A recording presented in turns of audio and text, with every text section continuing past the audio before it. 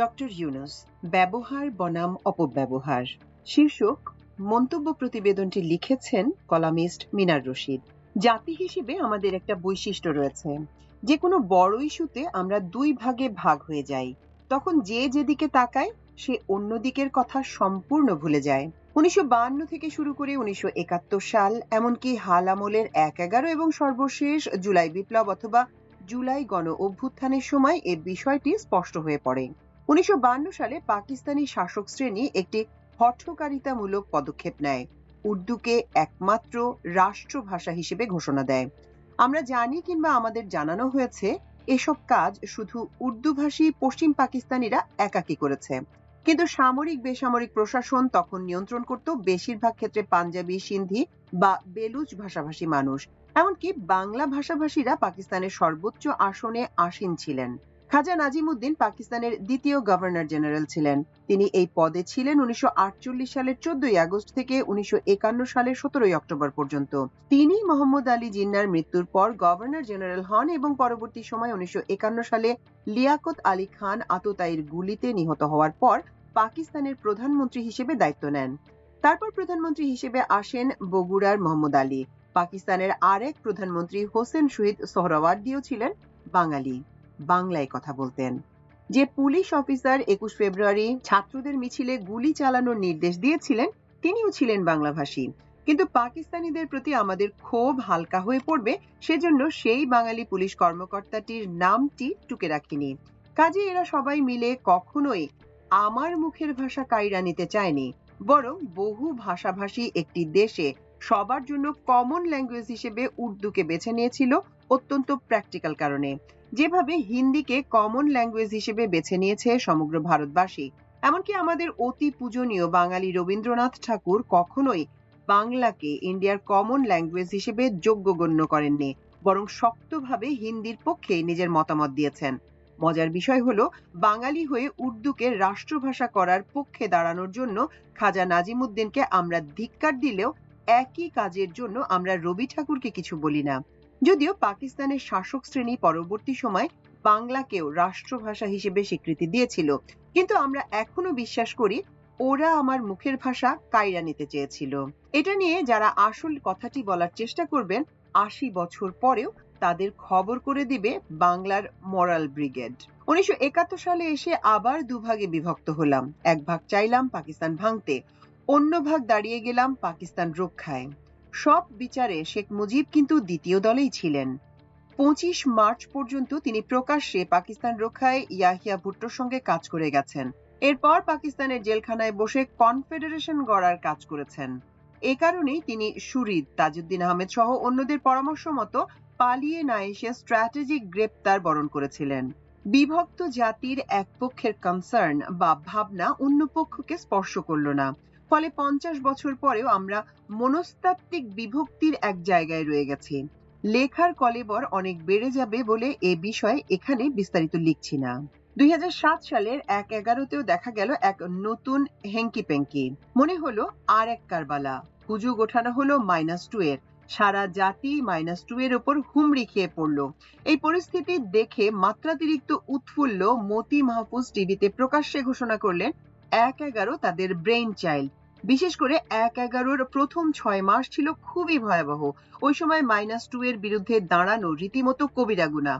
তারপরও এর বিরুদ্ধে দাঁড়িয়েছিলেন রফিক রেহমান, ডক্টর মাহমুদুর রহমান, ফরহাদ মাজহার, মরহুম সিরাজুর রহমান প্রমুখ। নবাগত কলামিস্ট হিসেবে এই নগণ্য ছিল তাদের সঙ্গে। খুশির কথা, 1/11 শুরুর 6-7 মাসের মধ্যে জাতির হুঁশটি ফিরতে শুরু করে, কিন্তু সেই 1/11-র কবজা থেকে জাতি এখনো পুরোপুরি বের হতে পারেনি। 2025 সালে এসে নতুন উন্মাদনা শুরু হয়ে গেছে।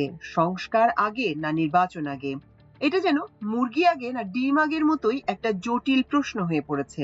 এই বিতর্ককে কেন্দ্র করে ফ্যাসিবাদ বিরোধী শক্তিগুলোর মাঝে মতভিন্নতা প্রকট আকার ধারণ করেছে। বলা হচ্ছে নির্বাচনের দরকার নেই, দরকার সংস্কারের। কিন্তু নির্বাচনটা যে সংস্কারেরই ব্যবহারিক প্রয়োগ, এই কথাটি অনেকেই ভুলে যাচ্ছেন। নির্বাচন ও সংস্কারকে মুখোমুখি করে কেমন একটা সুগার কোটেড হুজুগ তোলা হচ্ছে। এ অবস্থায় নির্বাচন চাওয়া কবিরা গুনার সমতুল্য হয়ে পড়েছে। জ্ঞান ভিত্তিক সমাজ প্রতিষ্ঠার বদলে আমরা আবেগ নির্ভর সমাজেই রয়ে গেছি। একাত্তরের চেতনাকে যেভাবে এক্সপ্লয়েট করা হয়েছে, সেই একই এক্সপ্লয়টেশন ঝুঁকি তৈরি হয়েছে 24কে ঘিরেও। আসলে চিন্তার ক্ষেত্রে আমরা কেমন যেন অস্থির ও অধৈর্য হয়ে পড়েছি। যে চকলেট চুষে খাওয়ার কথা তা চিবিয়ে খাচ্ছি। ডক্টর ইউনূসকে একটা লম্বা সময়ের জন্য ক্ষমতায় দেখতে চান এদেশের অনেকেই। পেছনের কারণটি স্পষ্ট। আমাদের বৃহৎ প্রতিবেশী আমাদের সঙ্গে যে দুশ্মনী শুরু করেছে তার মোকাবেলায় অনেকেই ইউনূসের বিকল্প এই মুহূর্তে দেখছেন না। শেখ হাসিনা উৎখাত হওয়ায় আমাদের প্রতিবেশীর যতটুকু ক্ষতি হয়েছে, তার চেয়েও বেশি ক্ষতি হয়েছে ডক্টর ইউনূসের মতো কেউ এদেশের শাসনভার গ্রহণ করায়। জঙ্গিবাদী বা উগ্রবাদীরা ক্ষমতা দখল করেছে। আমাদের প্রতিবেশীর অহর্নিশ এই প্রচারণাতেও ডক্টর ইউনূসের ক্ষেত্রে ধোপে টিকছে না। ডক্টর ইউনূস চীন, থাইল্যান্ড যেখানেই যাচ্ছেন সেখানেই তার কূটনৈতিক সাফল্য জাজ্বল্যমান হয়ে পড়ছে। অনেকেই বলাবলি করতে শুরু করেছেন শহীদ রাষ্ট্রপতি জিয়াউর রহমানের পর এমন ক্যারিশমাটিক নেতৃত্ব এদেশের ভাগ্যে জোটেনি। যে কোনো ভালো জিনিসের ভালোত্ব কেন যেন আমরা ধরে রাখতে পারি না। উত্তম কাজটি আমরা কেন যেন উত্তম পদ্ধতিতে করতে পারি না, কিংবা তা করি না। ডক্টর ইউনূস যদি আমাদের জন্য অপরিহার্য হয়ে থাকেন, তাহলে তাকে কেন পরবর্তী নির্বাচিত সরকারে কোনো গুরুত্বপূর্ণ জায়গায় সেট করার চিন্তা ভাবনা করছি না? জাতি হিসেবে আমাদের যে জিনিসটির অভাব তা হলো একজন সত্যিকার অভিভাবকের। সিঙ্গাপুরের লি কুয়ান ইউ প্রধানমন্ত্রিত্ব ছাড়ার পরেও মেন্টর মিনিস্টার হিসেবে আরো দীর্ঘদিন জাতির অভিভাবকত্ব করে গেছেন। তার সন্তানও এখন সিনিয়র মিনিস্টার হিসেবে একই কাজ করছেন। একইভাবে ডক্টর ইউনূসও থাকতে পারেন একই ভূমিকায়, যতদিন আল্লাহ তাকে মানসিক ও বুদ্ধিবৃত্তিক সক্ষমতা সহ বাঁচিয়ে রাখবেন, ততদিন তিনি মিনিস্টার মেন্টর হিসেবে থাকতে পারেন। আমি মনে করি তার জন্য সবচেয়ে সুইটেবল হবে ন্যায়পাল হিসেবে দায়িত্ব পালন করা। সামনে যে দলই ক্ষমতায় থাকুক না কেন, তার মতো ব্যক্তিত্ব যদি ন্যায়পাল হিসেবে থাকে, তবে জাতি দুর্নীতি নামক মারণ ব্যাধি থেকে অনেকটাই মুক্তি লাভ করতে পারবে। আমার মতে এটাই ডক্টর ইউনূসের সর্বোত্তম ব্যবহার হবে। এটাই হবে জাতির শ্রেষ্ঠতম সংস্কার। যখন তিনি প্রধানমন্ত্রী বা প্রেসিডেন্টের চেয়েও গুরুত্বপূর্ণ বা মর্যাদাবান ব্যক্তি হিসেবে বিবেচিত হবেন।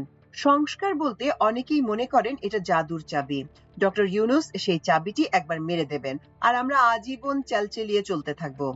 আমরা ভুলে যাই ডক্টর ইউনূস একাকী পুরো জাতির বা পুরো রাজনীতির খাসলত বদলাতে পারবেন না। ডক্টর ইউনূস 2 বছরই ক্ষমতায় থাকুন কিংবা 5 বছরই থাকুন, যতটুকু ধারণা করতে পেরেছি তার সঙ্গে সেই আসিফ নজরুল, সেই সাখাওয়াত, সেই আলী ইমাম, সেই ফারুকী কিংবা আলো স্টারের কুশীলরাই সংখ্যাগরিষ্ঠ থাকবেন। জাতির শেকড়ের সঙ্গে সম্পর্কহীন আলী রিয়াজরাই আমাদের বোধ, বিশ্বাস ও রাজনীতির বড় সংস্কারক হিসেবে আবির্ভূত হবেন। এদের কখনোই ডক্টর ইউনূসের কাছ থেকে সরাতে পারবেন না। ডক্টর ইউনূস নামক গোলাপের ঘ্রাণ শুকতে গেলে এইসব কাঁটার ঘা খেয়েই থাকতে হবে। এটাই আমাদের নিয়তি। আমরা সিস্টেমের সংস্কার চাই, কিন্তু যে মানুষগুলো এই সংস্কারের স্টেক হোল্ডার, তাদের মন মগজের কোনো সংস্কার চাই না। যে দেশে এক ছাগলের দাম দিয়ে কমপক্ষে 10টি ভোট কেনা যায়, সেই দেশে বৈপ্লবিক সংস্কার এখন কিভাবে কাজ করবে? কাজেই একটা সিকোয়েন্স মেনে সংস্কার যে কাজ করত, এরকম বৈপ্লবিক সংস্কারের স্বপ্ন সেই সম্ভাবনাকে নষ্ট করে দেয়। যে কুকাজটি করে গেছে 1-11 প্রবক্তারা। উদ্দিনদের সেই জরুরি সরকার সংস্কারের সঙ্গে সঙ্গে দুর্নীতির বিরুদ্ধে সংগ্রামের আওয়াজ তুলেছিলেন। তখন আমি লিখেছিলাম, দুর্নীতির বিরুদ্ধে সংগ্রাম করতে 4টি ফ্রন্টে একসঙ্গে সংগ্রাম শুরু করতে হবে। এই 4টি ফ্রন্ট হলো অর্থনৈতিক সংগ্রাম, নৈতিক সংগ্রাম, সামাজিক সংগ্রাম ও রাজনৈতিক সংগ্রাম। এই 4টি ফ্রন্টের কোনো একটি ফ্রন্টকে অকেজো বা নিষ্ক্রিয় করে রাখলে দুর্নীতির বিরুদ্ধে সংগ্রামে জয়লাভ করা যাবে না। যে ভদ্রলোক নিজের চিকিৎসার পয়সা জোগাড় করতে পারে না, তার কানে কোনো নৈতিক শিক্ষা ঢুকবে না। মানুষের বেসিক প্রয়োজন না মিটিয়ে শুধু নৈতিক সংগ্রাম কাজে লাগবে না। আমরা জানি আমাদের কোরআন পৃথিবীর সর্বশ্রেষ্ঠ সংবিধান, অথচ আজকের মুসলমান পৃথিবীর সর্বনিকৃষ্ট জাতি। কোরআনের ভাষা আরবি যারা বোঝেন, তাদের দ্বারা সংগঠিত কুকর্মের সংখ্যা কম নয়, বরং অনেক বেশি।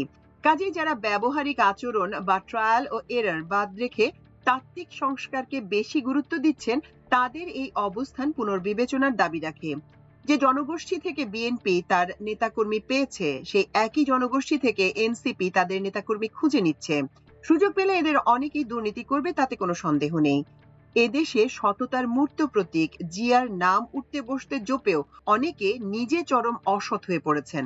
যেমন ইউনূস জপলেই যে এনসিপির তাসনিম জারারা সৎ থাকবেন, সেটারও কোনো গ্যারান্টি নেই। সততার গ্যারান্টি আসলে অন্য জায়গায়। সেই গ্যারান্টি নিশ্চিত হয় সিস্টেমেটিক প্রোটেকশন তৈরির মাধ্যমে। তবে সবার শেষে লাগবে এই সিস্টেমকে চালানোর জন্য উন্নত বুদ্ধিমত্তা ও মানবিকতা বোধ সম্পন্ন কিছু মানুষ। আর সেই মানুষগুলো যদি ঊর্ধ্বতন কোনো সত্তার কাছে জবাবদিহির অনুভূতি ধারণ করে, সেটা সোনায় সোহাগা হয়। সংস্কারের মূল লক্ষ্য হবে দুর্নীতি করতে পারার এই সুযোগগুলো কমিয়ে আনা। এই সংস্কার থিওরিটিক্যাল বিষয় নয়, এটা নেহায়েতই প্র্যাকটিক্যাল বিষয়। নির্বাচন চাওয়াকে কবিরাগুলোর মতো পাপ বানিয়ে ফেললে আমাদের সার্জিসরা, আমাদের দারারা সোনার মানুষগুলোকে বাছাই করবে কি করে? এক ডক্টর ইউনুস বা জিয়াকে গলায় ঝুলিয়ে অনেক মতলববাজ পাওয়া যাবে, কাঙ্ক্ষিত সোনার মানুষ বাছাই করা যাবে না। আমরা জানি জামাত সহ ধর্মভিত্তিক দলগুলোর নৈতিক অবস্থান তুলনামূলকভাবে ভালো, সেখানেও কোয়ালিটি ধরে রাখতে গিয়ে কোয়ান্টিটি বা সংখ্যা সীমিত রাখতে হয়। এখন যদি এই কোয়ান্টিটি বাড়িয়ে ফেলা হয়, তবে তাদের কোয়ালিটি বিএনপি অথবা মুসলিম লীগের কাছাকাছি হয়ে পড়বে। কোয়ালিটি বিসর্জন দিয়ে জামাত যদি কোয়ান্টিটি বাড়িয়ে দেয়, তবে তা তাদের জন্য বিপর্যয়কর পরিস্থিতি সৃষ্টি করবে। একইভাবে বিএনপি যদি তাদের কোয়ান্টিটি কমিয়ে কোয়ালিটি বাড়াতে চেষ্টা করে, তবে সেটা তাদের জন্য ঠক বাঁচতে গিয়ে গাঁও উজাড়ের মতো পরিস্থিতি সৃষ্টি করবে। কাজে ডক্টর ইউনুসকে দিয়ে সংস্কারের চাবি মেরে দিলে রাতারাতি ফেরেশতা দিয়ে দেশ ভরে যাবে না। আসুন আমরা ডক্টর ইউনুসকে ব্যবহারের চিন্তা করি, তবে অপব্যবহারের নয়। নির্বাচনের আগে প্রয়োজনীয় সংস্কার দরকার, সেজন্য সামনের 6 মাস থেকে 1 বছর সময়ই যথেষ্ট, যদি সংস্কার করার আসলেই কোনো ইচ্ছা থাকে।